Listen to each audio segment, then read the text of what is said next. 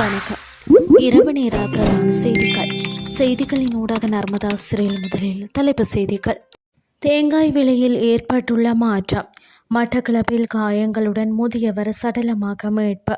Iran புரட்சிகர படையுடன் தொடர்பு, 9 பேருக்கு ஆயுள் தண்டனை விதித்தது பஹ்ரைன். இனி விரிவான செய்திகள். நாட்டில் தேங்காய் விலையில் வீழ்ச்சி ஏற்பட்டுள்ளதாக சந்தை வட்டாரங்கள் தெரிவிக்கின்றன. இதனிடையே உள்நாட்டு சந்தையில் பெரிய தேங்காய் ஒன்றின் மொத்த விலை 150 முதல் 165 ரூபாயாக பதிவு செய்யப்பட்டுள்ளது.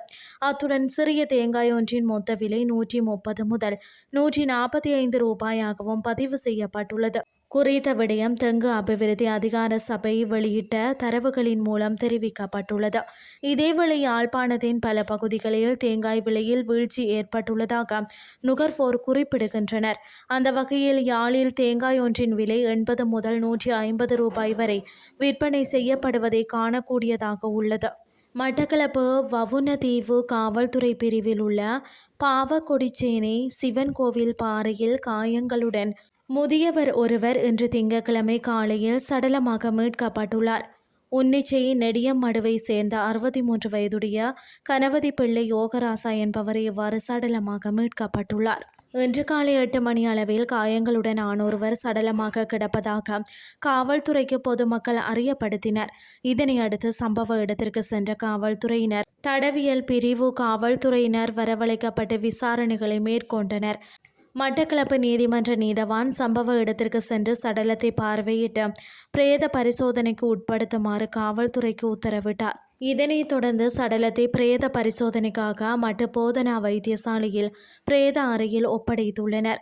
இது தொடர்பான மேலதிக விசாரணைகளை வவுணதீவு காவல்துறையினர் மேற்கொண்டு வருகின்றனர்.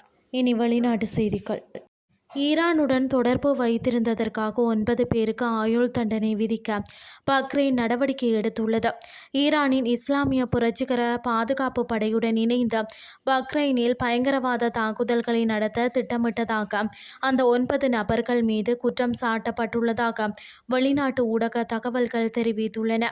அமெரிக்காவிற்கும் ஈரானுக்கும் இடையே மோதல்கள் வெடித்ததை தொடர்ந்து மார்ச் மாதம் பஹ்ரைன் காவல்துறையினரால் அந்த நபர்கள் கைது செய்யப்பட்டனர். பஹ்ரைனில் உள்ள அமெரிக்க இராணுவ தளங்கள் மற்றும் பஹ்ரைனின் பொருளாதார மையங்கள் தொடர்பான புகைப்படங்கள் உள்ளிட்ட மிகவும் இரகசியமான தகவல்களை அவர்கள் ஈரானுக்கு வழங்கியதாகவும் வெளிநாட்டு ஊடகங்கள் செய்தி வெளியிட்டிருந்தன. செய்திகள் யாவும் நிறைவடைகின்றது.